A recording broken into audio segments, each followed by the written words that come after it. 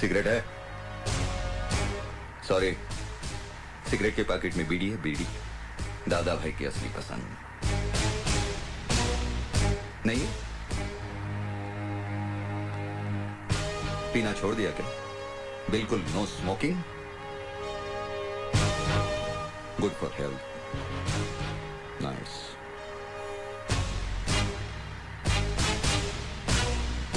बकबक करना भी छोड़ दिया क्या? हैं?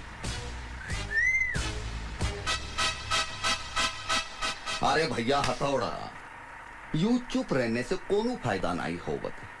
अब जहां जा रहे हो ना, वहां ऐसा आदर सत्कार किया जाता है कि गूंगे भी गजल ठुमरी गाना शुरू कर देते हैं। हम हैं बनारस के भैया उमरे आ। चम्मच खड़ा करो क्या? चम्मच। वो फुर फुर करके चाय पीना भी छोड़ दिया।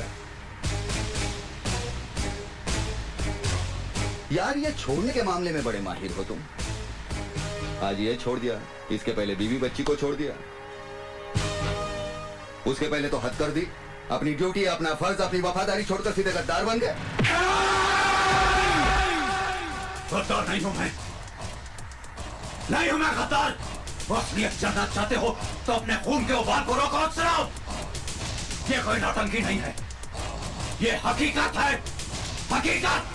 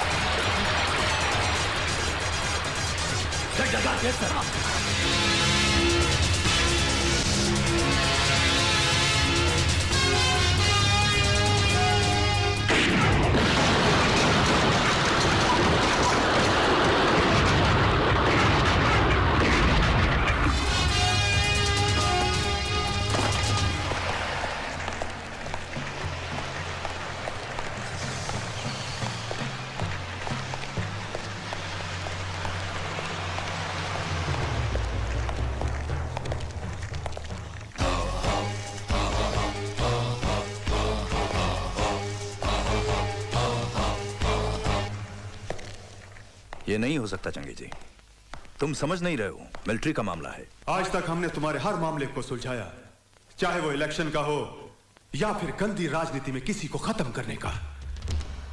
याद है इस राज्य में आतंकवाद को फैलाया किसने, उसे पैदा किसने किया? बस तुम अब शॉर्ट में समझो, हमको ज्यादा समझाने का आदत नहीं है। उन चारों को किसी भी कीमत पर छुड़ाना होगा। और हाँ, उन चारों में एक मेरा छोटा भाई शकूर भी है, जो हमारे जिगर का टुकड़ा है। और अल्लाह कसम, हम अपने छोटे भाई के नाम का फातिहा नहीं पढ़ सकते। मगर चंगेज, अगर मगर कुछ नहीं, किसी भी कीमत पर उन चारों को छुड़वाना तुम्हारे जिम्मे है। आज तक तुम्हारे हर खेल में हम जोकर बनकर खेलते आए हैं, मगर आज के इस खेल में जोकर। बस चंगेजी, आगे एक लफ्ज भी मत कहना। और एक बात ध्यान से सुनो, राजा साहब जब भी कोई खेल खेलता है तो हुक्म का इक्का अपने पास रखता है, और इस खेल में भी हुक्म का इक्का हमारे पास ही रहेगा। उठा लो इसे।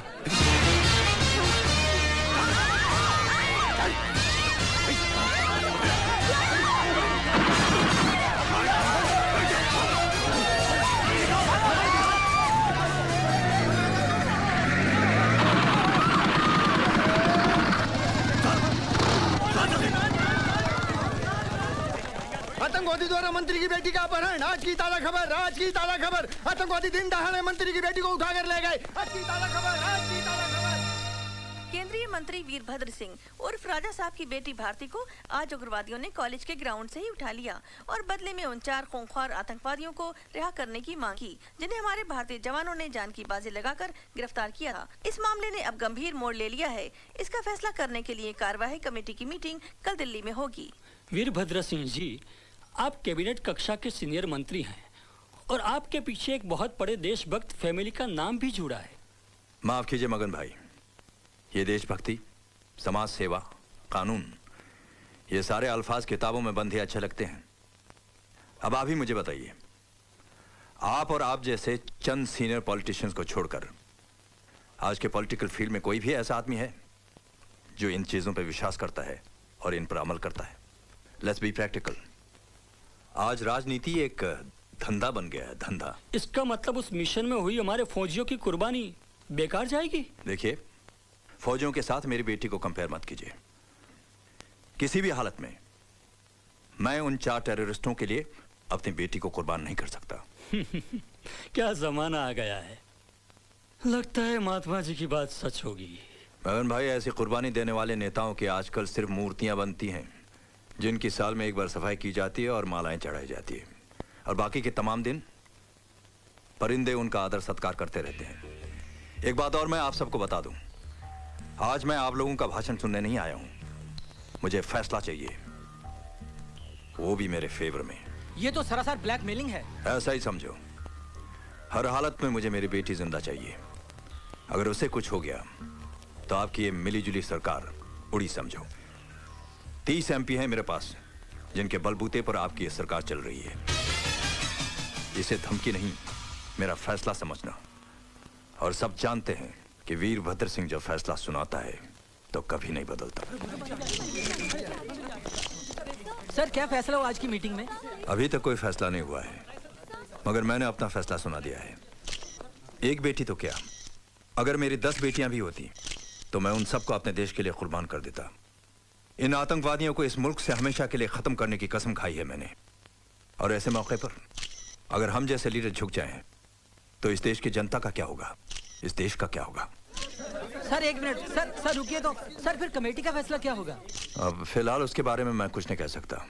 हाईकमान का जो भी फैसला होगा वही हमें मंजूर होगा। केंद्रीय मंत्री राजा साहब की बेटी के किडनैपिंग केस में आज अचानक नया मोड़ आया, जिससे राजनीतिक गतिविधियां और तेज हो गयी।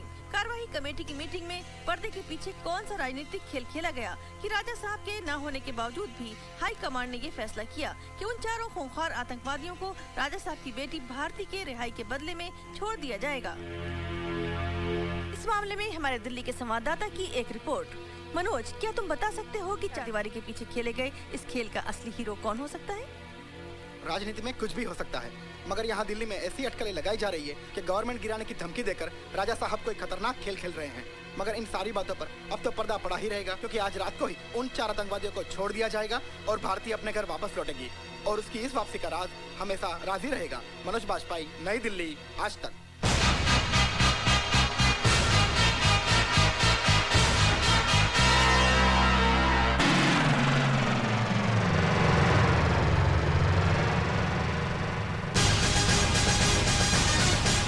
रुकिए रुकिए, कहाँ जा रहे हैं आप? मंत्री अंदर है, मैं उनके घर गया था तो पता चला कि वो यहाँ पर है। साहब की जब तबीयत खराब होती है तब वो इस फार्म हाउस में आराम करने आते हैं। उनसे यहाँ कोई नहीं मिल सकता। कोई मिले या ना मिले, आज मैं तुम्हारे साहब से मिलकर ही जाऊंगा। आप किसी भी कीमत पर अंदर नहीं जा सकते।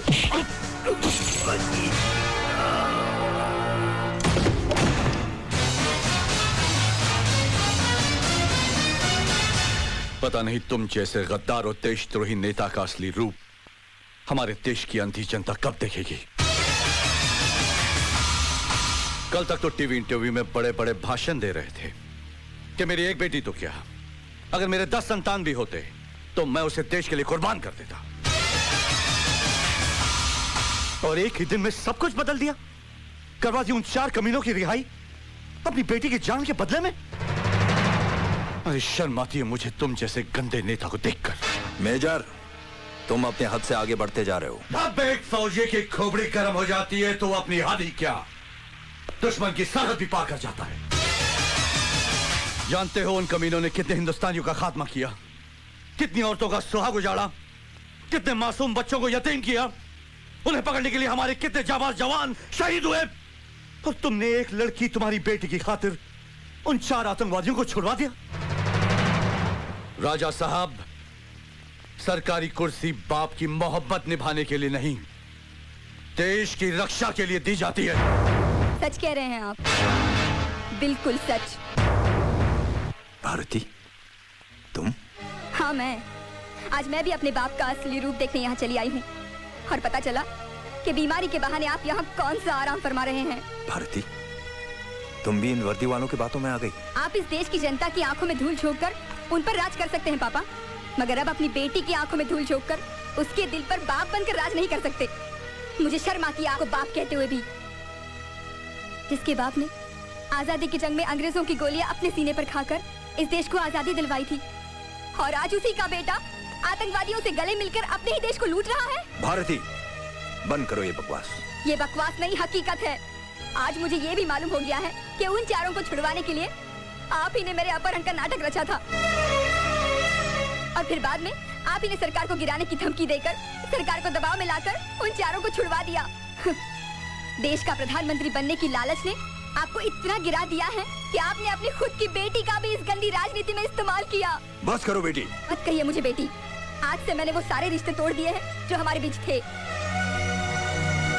अब मैं आपको सारी दुनिया के सामने बेनकाब कर दूंगी और देशवासियों से चिल्ला चिल्ला के कहूंगी कि देखिए इस आदमी की असलियत। जिसे तुम प्रधानमंत्री बनाना चाहते हो वो आदमी कितना कमीना है। अरे जो अपनी बेटी को बेच सकता है वो एक दिन कुर्सी के लिए अपनी माँ को, अपने वतन को भी बेच देगा। बदतमीज!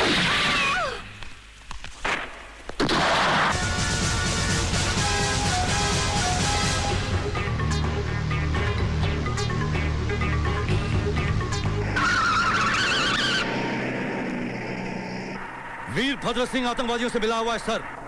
What? That's not possible. उसने अपनी बेटी को भी मार दिया सर, अपनी असलियत छुपाने के लिए। जी हाँ, वो इस वक्त मेरे कब्जे में, मैं उसे हेडक्वार्टर ले आ रहा हूँ sir.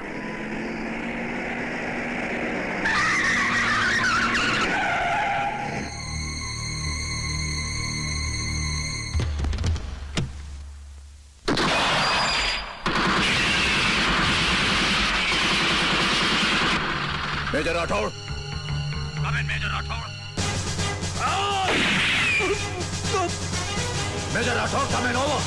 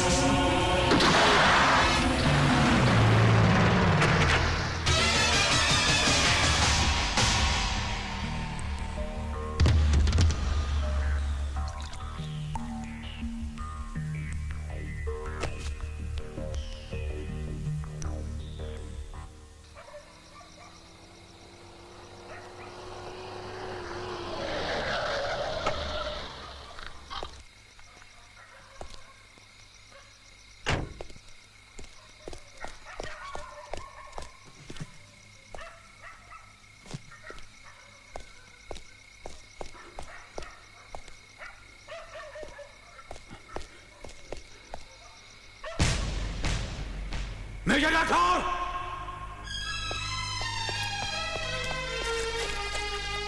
Major Rathore! Major Rathore! Major Rathore! Major Rathore! Major Rathore! Major Rathore की मौत इस जंग की शुरुआत थी। लोग कहते हैं शैतान की उम्र लंबी होती है, इसीलिए मेरी गोली से 2 बार बच गया साला।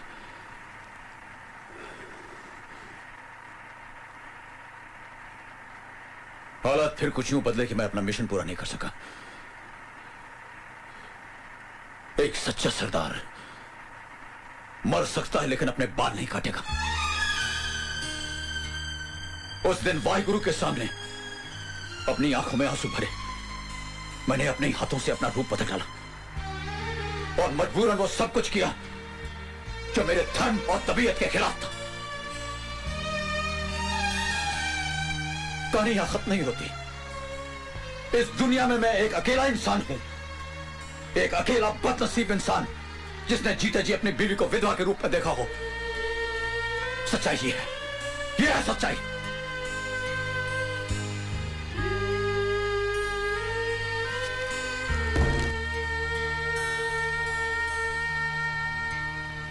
जिस मकसद से मैं आपका आर्मी हेडक्वार्टर लेके जा रहा हूं वो तो पूरा हो गया, लेकिन आपका मकसद अभी पूरा नहीं हुआ और कानून के दायरे में रहकर पूरा भी नहीं होगा।